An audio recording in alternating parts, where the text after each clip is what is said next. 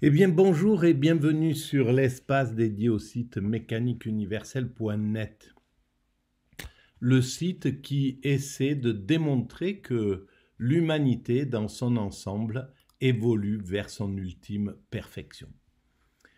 On construit, sans le savoir, le paradis pour nos futurs descendants. L'ensemble humain, tous les humains, chaque être humain, à partir du moment où il apparaît sur cette planète, qu'il vive 1 heure ou qu'il vive 100 ans, travaille de façon égale, puisqu'il donne l'entièreté de son existence à cette œuvre incroyable que l'on ignore pour l'instant, dont on n'a pas encore pris conscience. On construit le paradis pour nos futurs descendants. Alors effectivement, il faudra plusieurs siècles encore d'évolution, parce que l'évolution de l'humanité est lente, elle a des moments de reflux, un peu d'évolution, mais globalement, elle évolue vers cet état. Entre le moment où nous nous sommes séparés des autres primates pour devenir une humanité, une espèce particulière, l'humanité, et devenir l'humanité, eh bien nous travaillons sans le savoir à cela. Chaque génération, chaque moment de l'évolution de l'humanité travaille à ça. Et on travaille à ça par le bien comme par le mal. C'est-à-dire que tout être humain travaille à cette œuvre. Et de façon, je le redis encore une fois, égale aux yeux de l'évolution vers cet état de paradis, vers cet état de perfection. Ceux qui sont en prison travaillent de la même manière à l'évolution vers cet état de perfection que le saint qui va chercher à être en fusion avec le divin.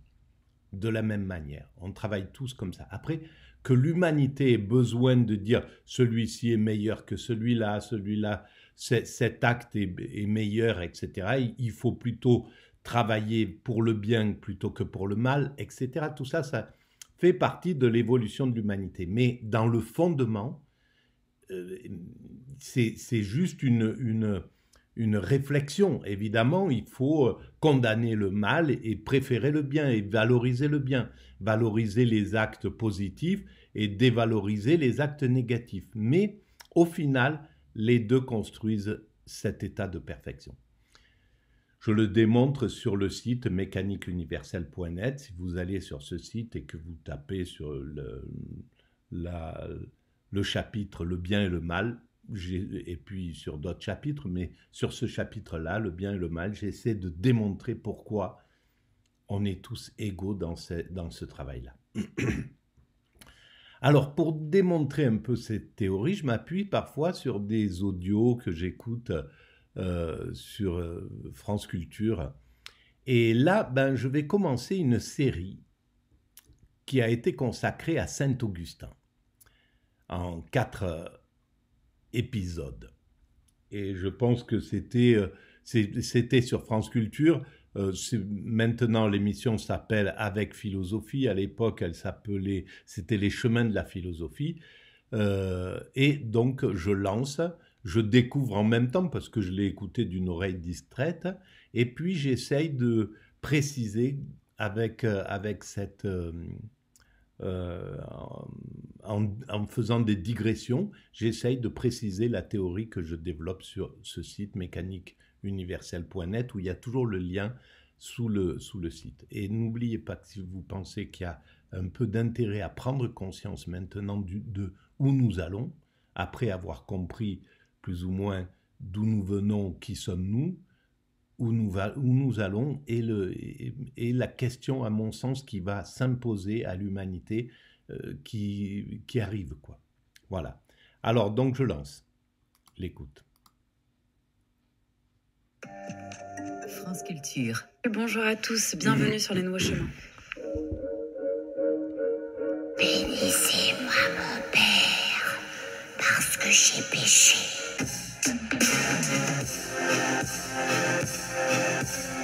J'ai toujours beaucoup de mal avec ce son, ces sons, etc. C'est ainsi que je me vois, mais je me trompe peut-être. Déplorables ténèbres qui masquent à mes yeux ce dont je suis capable. Mon esprit s'interroge-t-il sur ses propres forces? Il sait qu'il ne doit pas se fier à lui-même. Ce qui est en lui reste le plus souvent mystérieux, à moins que l'expérience ne le dévoile. Aussi bien, dans cette vie qui a tout entière nom d'épreuve, personne ne doit-il être assuré, pour avoir pu de pire devenir meilleur, de ne pouvoir aussi de meilleur devenir pire. Ça perturbe un peu, c'est le fait qu'il y ait de la musique avec, etc. Je suis un peu autiste. Et l'équipe des Nouveaux Chemins passe aux aveux tous les jours avec Saint-Augustin, Marianne Chassor, Lucie Tardy, Antoine Ravon, David Pargamin, Denis Ramon et bien sûr Adèle Vendrette, avec Mydia Portis-Guérin à la réalisation, Olivier Martineau à la lecture des textes et à la prise de son aujourd'hui, Théo Gomard.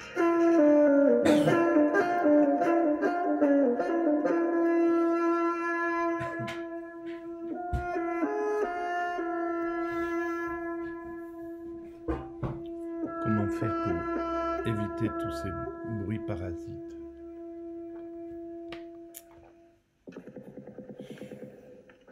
Alors donc c'est le premier épisode consacré à Peut-on tout raconter?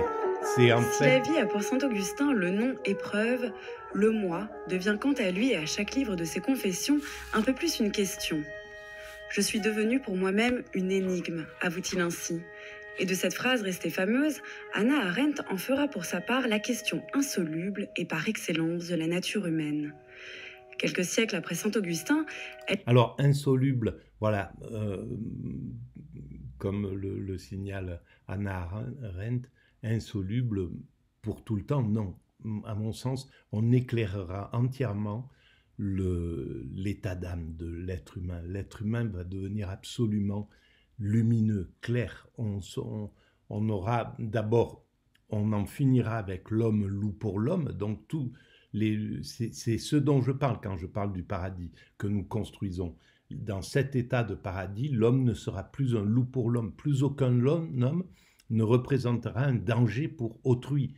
Donc on sera tous en gros des agneaux mutuellement, pour nous et pour les autres espèces et pour le climat et pour la planète, etc.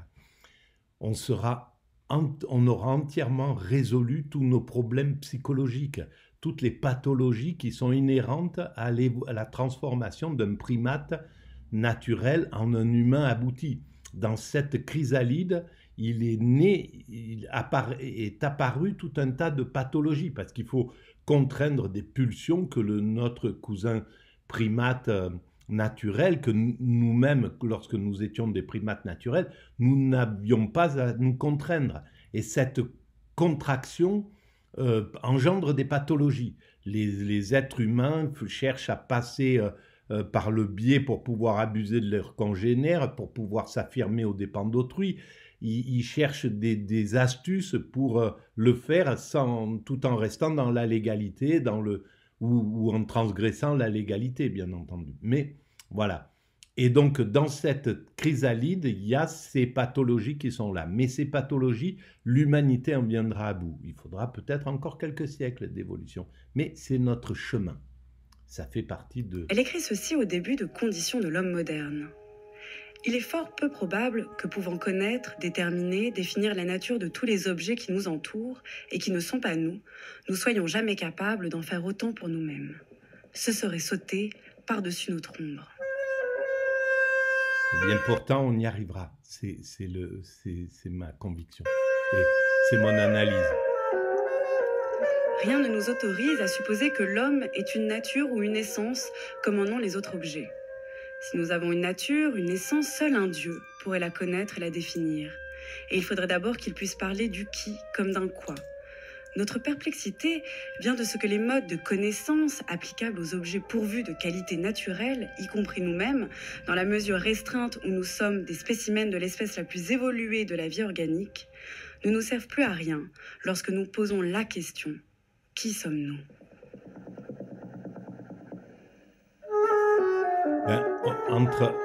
Entre l'époque de Saint-Augustin et aujourd'hui, on a répondu quand même pas mal à ces questions. Évidemment, il reste toutes les questions fondamentales, toutes les questions métaphysiques que la science n'a pas encore pu aborder complètement. Qu'est-ce que c'est que cette constitution atomique qui fait que nous sommes identiques à une fleur, à un grain de poussière, à l'univers, en fait. Pourquoi nous sommes...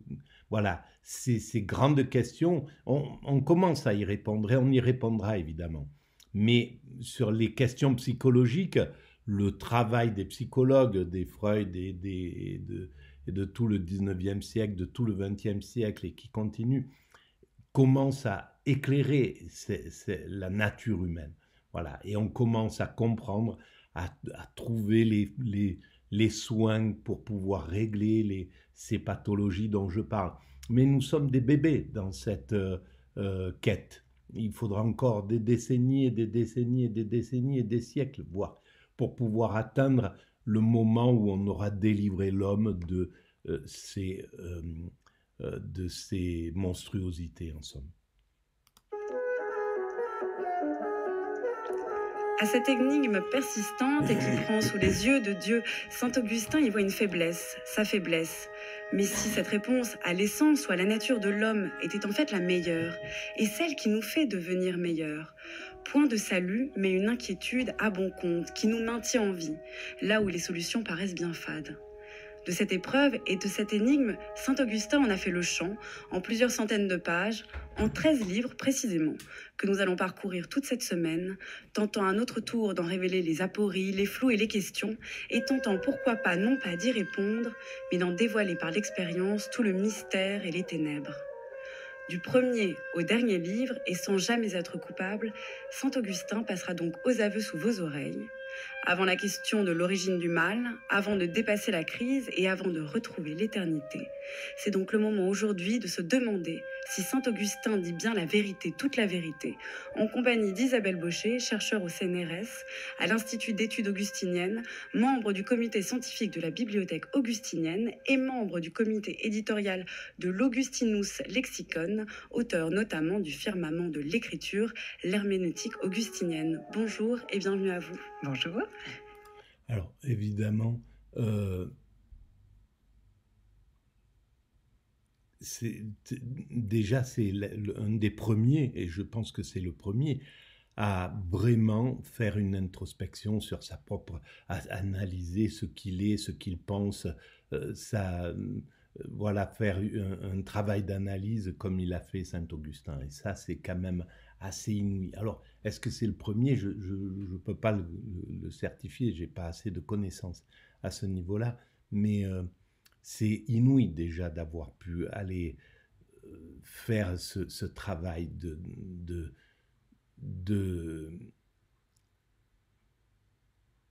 vérité sur soi. Qui va me rappeler le péché de mon enfance? Car personne n'est pur de péché devant vous, pas même le petit enfant qui n'a vécu sur la terre qu'1 jour. Qui va me le rappeler? N'est-ce pas n'importe quel enfant, si petit soit-il, en qui je vois ce dont je n'ai nul souvenir à mon propre sujet? Alors, péché, pour revenir à ça, là on voit à quel point le religieux a été important dans l'évolution de l'humanité. Alors il a appelé péché la maîtrise progressive du comportement. Pour maîtriser progressivement le comportement humain, le religieux a dit ce que tu fais là, c'est un péché de maltraiter ton congénère, de ne pas aimer autrui comme toi-même, etc. Tout ce que les religions ont apporté dans cette maîtrise du comportement. Et là, il faudra regarder un peu les religions avec plus de bienveillance que ce qu'on les regarde, parce qu'elles ont un apport inouï à l'évolution depuis 3-4 000 ans. C'est inouï ce qu'elles ont apporté. Alors, il fallait les contester, il fallait s'opposer, il fallait que la science les mette de côté pour pouvoir passer, pour pouvoir expliquer vraiment son travail, mais il faudra devenir juste avec chaque groupe humain qui a apporté, qui a permis à cette humanité de devenir ce que nous sommes. Quel était donc mon péché d'alors? Était-ce de pleurer avidement après le sein? Car si je convoitais aujourd'hui avec une pareille avidité non pas le sein maternel, mais la nourriture de mon âge, on se moquerait de moi inouïe. et l'on me blâmerait à juste titre. J'étais donc dès lors répréhensible. Mais comme je n'aurais pu comprendre la réprimande, ni les usages ni la raison ne permettaient de me reprendre. Et pourtant, ces premières impatiences, en grandissant, nous les déracinons, nous les rejetons loin de nous. Or, je n'ai jamais vu personne pour retrancher le mauvais, jeter sciemment le bon. Était-il donc bien, même pour un temps, de demander en pleurant ce qu'on ne pouvait me donner sans me nuire, de m'emporter avec violence contre des gens de condition indépendante et libre, d'âge déjà mûr, contre mes propres parents et autres personnes de sens rassis, quand ils ne se prêtaient pas à mes moindres caprices, de les frapper en tâchant de leur faire tout le mal possible pour m'avoir refusé une obéissance qui ne m'eût été concédée qu'à mon âme. Ainsi, ce qu'il y a d'innocent chez l'enfant, c'est la faiblesse de ses organes. Incroyable comment il analyse sa propre, les affres de son propre narcissisme, de ce que son désir de toute puissance et le fait qu'on l'ait laissé aussi développer ce désir de s'imposer. Comment il analyse ça? C'est d'une beauté, c'est magnifique. Mais son âme non pas. Il faut penser que Saint-Augustin, c'est quelle époque Saint-Augustin? Isabelle Baucher, c'est un extrait du tout premier livre des Confessions que l'on vient d'entendre interprété par Olivier Martineau. Plus précisément, c'est un extrait du chapitre 7, paragraphe 11. Dans cet extrait, Saint-Augustin se demande qui va me rappeler le péché de mon enfance. Drôle de manière d'ouvrir ses confessions en confessant que déjà on n'a aucun souvenir de son enfance. Que va confesser Saint-Augustin dans la mesure où déjà il n'a pas de souvenir de ce qu'il est dans l'enfance? Effectivement. Il confesse là quelque chose de majeur. C'est justement cette injustice qu'on a quand on est dans la toute-puissance de l'enfant, quand on s'oppose on supporte pas qu'on nous dise non, etc. Donc ça... Non, vous avez raison de souligner la difficulté. Et je pense que ce texte nous invite immédiatement à ne pas entendre le mot confession au sens où peut-être spontanément nous l'entendrions. Effectivement, tout à fait, le générique de l'émission évoquait la confession dans un confessionnal tel qu'on l'entend, tel qu'on l'a connu autrefois, peut-être beaucoup moins aujourd'hui d'ailleurs. Mais quand il s'agit des confessions d'Augustin, en fait, il s'agit de bien autre chose. Et il ne s'agit pas tant de scruter sa conscience pour savoir quel est le péché que j'ai fait, que de laisser Dieu éclairer ma propre existence. Et donc, d'une certaine façon, il y a un décentrement fondamental qui s'opère. Se confesser, dit Augustin, c'est entendre Dieu parler de soi. Donc, c'est cela fondamentalement. Donc ce n'est pas d'abord, se fouiller en quelque sorte, fouiller l'intérieur de soi-même. C'est pas une introspection. C'est pas une introspection d'abord. C'est d'abord se mettre à l'écoute de Dieu à travers sa parole, d'où l'importance d'ailleurs de l'écriture dans les confessions. Je pense que si vous lisez les confessions, vous voyez tout de suite que l'écriture sainte, la Bible, est constamment présente. C'est un texte qui est tissé de citations psalmiques, mais de réminiscences extrêmement ténues à telle scène, l'enfant prodigue, la Genèse, etc. Parce qu'en fait, c'est à la lumière de l'écriture qu'Augustin va chercher à découvrir ce que Dieu lui dit de lui-même, et donc une nouvelle vision de lui-même. Alors, lorsqu'il fait parler Dieu, il est déjà aussi à la fin de ces 13 livres, quand il comprend que Dieu est en soi, qu'en fait, il faut laisser... que si on est si on approche la vérité, quand on approche la vérité, ce qui va parler de nous, c'est le divin. C'est ce qui est divin. C'est le divin qui parle à travers nous. C'est Dieu qui parle à travers nous. Et donc, le fait de pouvoir aller chercher cette vérité, alors que naturellement on le fait pas, on se leurre. Donc là, c'est écouter ce que les livres sacrés, ce que les intuitifs qui ont créé, qui ont amené ces livres sacrés ont dit. Quand ils font parler Dieu, en disant Dieu nous demande d'agir comme ça, etc., etc., de se regarder, d'aller demander pardon, d'aller, etc., etc. Toute cette réflexion qui a été faite par des intuitifs inouïs, par des intelligences incroyables, par des gens connectés à la puissance de la création. Finalement, l'important, c'est pas tant de se raconter soi-même que de découvrir la lumière que donne sur sa propre vie. C'est ça pour Augustin, se confesser. Mais quand il raconte, par exemple, son enfance, ou même au tout début, il raconte même sa naissance, ou même avant sa naissance, en disant « je n'ai aucun souvenir de ce que j'étais avant d'être conçu », il n'a aucune réponse à ces questions dans les confessions. En fait, Oui, mais il se pose une question inouïe. Qu'est-ce qui se passait avant? C'est de la métaphysique pure. C'est incroyable. C'est-à-dire essayer de remonter à la source même de la création, en somme. Parle seul, c'est d'abord à lui-même qu'il s'adresse. Dieu n'est qu'un tiers qu'il invoque, convoque, mais qui n'apparaît jamais.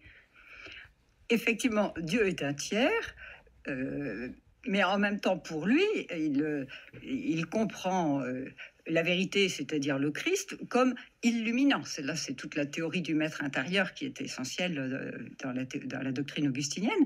Et donc, pour lui, ce qu'il comprend, en fait, lui est éclairé par la vérité, c'est-à-dire par le Christ. Donc, même si, pour nous, ça nous paraît une sorte de soliloque, en fait, c'est une sorte de dialogue, puisque s'entremêlent sa voix et la voix des textes scripturaires de façon quasi indiscernable. Mais il y a de cet ordre-là. Pour lui, donc, les confessions, c'est quand même une prière adressée à Dieu.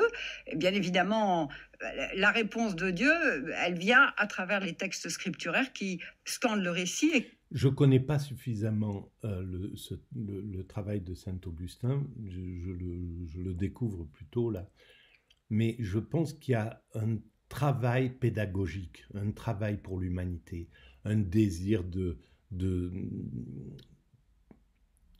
faire comprendre la logique du divin, la logique de bien se comporter, la logique des écrits sacrés, etc., pour ses congénères. Je pense qu'il y a quelque chose comme ça. Il y a vraiment au niveau du don. C'est pas pour rien qu'il abandonne les plaisirs de la vie pour quelque chose qui est d'un autre ordre. C'est vraiment pour ses frères humains. Voilà. Et ça, je pense que c'est la motivation de tous les grands philosophes. Ils travaillent pour Platon, Aristote, tous travaillent pas pour eux, pour une compréhension d'eux-mêmes. Évidemment, ça leur permet d'atteindre un certain équilibre, de résoudre des propres problèmes. Mais il y a cette volonté de travailler pour ses frères humains. Qui éclaire le récit, lui donne une certaine portée. Quelle est cette théorie du maître intérieur que vous avez évoquée, Isabelle Donc Gaucher? Je fais effectivement allusion ici à un ouvrage qui s'appelle Le Maître, le De Magistro, et dans lequel Augustin explique qu'au fond, il y a toute une réflexion sur le langage, et il explique qu'on croit de façon tout à fait illusoire que les maîtres enseignent quelque chose par leurs paroles. Or, en fait, les mots ne sont qu'un avertissement qui invite donc l'interlocuteur à rentrer en lui-même pour y découvrir la vérité et donc pour y être enseigné par le maître intérieur, c'est-à-dire par le Christ qui est la vérité. Donc, si vous voulez, c'est une transposition, mais différente de la théorie de la réminiscence, parce que dans la réminiscence, c'était l'idée que chacun retrouve en soi une connaissance qu'il avait antérieurement. Alors, comme d'habitude, pour avoir expérimenté par inadvertance l'extase, Je pense que saint Augustin a expérimenté l'extase. C'est pourquoi il peut comprendre qu'il peut exprimer que le maître à l'intérieur de lui, le Christ pour lui, mais qu'à un certain moment, dans cet état-là, il a été animé par quelque chose qui était à l'intérieur de lui. Il était au contact de cette puissance divine à l'intérieur de lui. Et je pense que c'est ce qui lui a donné ce pouvoir de conviction. Et je pense que c'est ce qui donne la conviction à tous les philosophes qui ont, à mon sens, expérimenté cet état et qui, à ce moment-là, ont ça devient une conviction à l'intérieur d'eux-mêmes.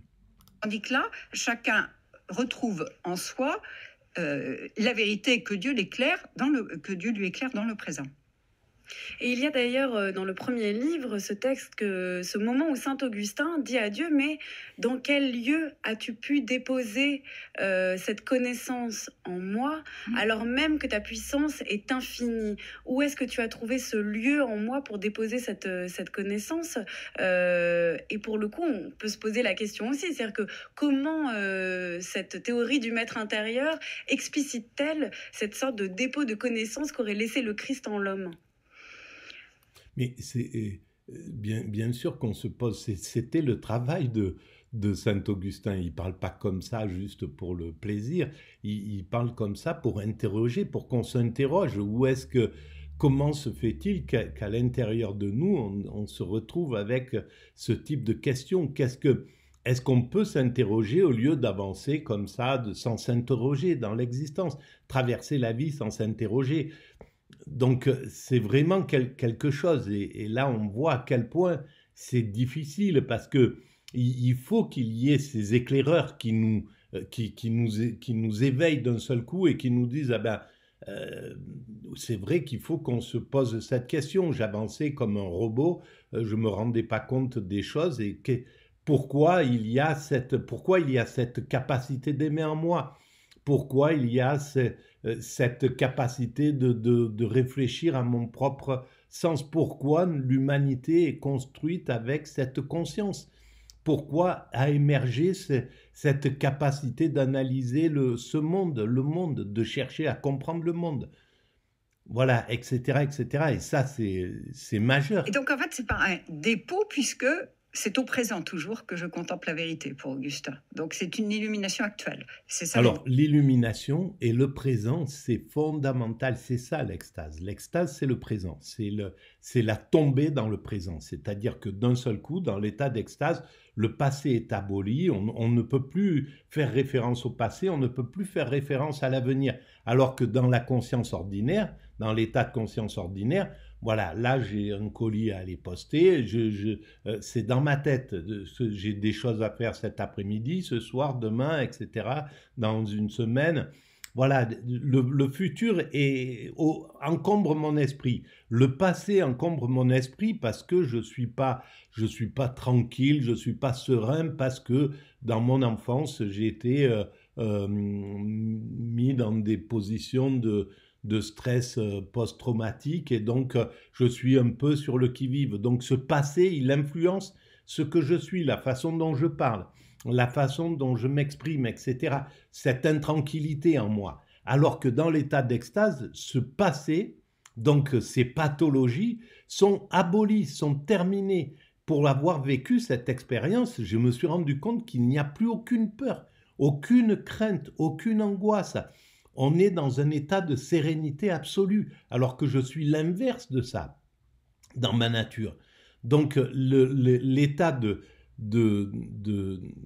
d'extase qui me pose dans l'immédiat absolu et qui éteint les deux autres côtés, passé et futur, c'est là où se situe la vérité. C'est là où se situe l'illumination aussi. L'illumination, on parle de l'illumination, on voit un truc, quelqu'un qui aurait les yeux comme ça, qui volerait au-dessus. Mais l'illumination, c'est l'éveil. C'est un truc où on ne s'en rend pas compte. Moi, je marchais dans la rue, j'étais dans cet état d'extase où j'allais à la bibliothèque, ou ce que j'ai fait. les gens, ils me regardaient pas comme si j'étais un fou. Moi, j'étais juste dans cet état-là. C'était tout. J'étais dans cet état d'absolue sérénité, mais ça change rien au niveau de l'apparence ou des choses. Voilà. Différence avec la théorie de la réminiscence, parce qu'Augustin récuse absolument l'idée d'une vie antérieure ou dans laquelle auraient été déposées en nous des connaissances. Mais vous avez raison d'insister sur cette question du lieu de l'âme. Parce qu'en fait, c'est une image qui revient constamment dans les confessions, qu'on retrouvera alors de façon splendide au livre 10, quand il évoquera les splendides palais de la mémoire. Mais en fait, c'est un quasi-lieu. Alors, cette manière de parler est en fait complètement métaphorique, parce qu'il n'y a bien sûr pas de lieu. Et c'est même la découverte majeure d'Augustin, et ce qui lui a permis de sortir du manichéisme, parce que quand il était manichéen, il voyait tout de façon spatiale. Et donc il n'imaginait pas autre chose que des réalités corporelles et spatiales. C'est en lisant les platoniciens, donc Plotin, Porphyre, qu'il a découvert l'intériorité de la réflexion et qu'il a découvert des réalités spirituelles qui précisément ne sont pas dans un lieu. Est-ce qu'on peut justement, c'est peut-être le moment de faire un petit point, Isabelle Baucher, sur Saint-Augustin. Vous avez parlé des manichéens. C'est d'abord une école, une manière de penser vers laquelle il s'est tourné avant de... Je vais arrêter là pour cette vidéo. Elle est déjà assez longue. Voilà. Donc, si vous pensez qu'il y a un peu d'intérêt à éclairer cet espace YouTube, ces vidéos, etc., vous pouvez mettre des pouces, vous pouvez vous abonner, vous pouvez envoyer le lien à vos amis, vous pouvez établir des liens avec votre site, avec vos espaces, vos propres espaces, vous pouvez laisser des commentaires, tout ça augmente la visibilité du site, vous pouvez participer au travail de la mécanique universelle, donc de cette réflexion, soit avec des apports philosophiques, soit techniques, si vous avez des compétences pour faire évoluer le site, pour améliorer les vidéos, voilà, ou si vous avez envie de le faire sous une forme de questions, par exemple, questions-réponses, si vous m'expliquez comment on peut faire pour faire des interactions comme ça, comme une sorte d'interview, vous me faites part de ça et puis on essaye de le faire ensemble. Voilà, mais alors au niveau technique, je suis un béné, je suis nul, nul de chez nul. Voilà, et vous pouvez aller visiter le site mécaniqueuniverselle.net où toute cette théorie est déjà en place depuis 25 ans maintenant. Voilà, je vous remercie de votre écoute, de votre bienveillance, de vos petits mots et de vos critiques, etc. Tout ça, c'est très très important. Et merci de votre présence silencieuse pour ceux qui ne font que passer, qu'écouter. Et voilà, je ressens votre présence et elle m'encourage à travailler, etc. Merci à vous aussi.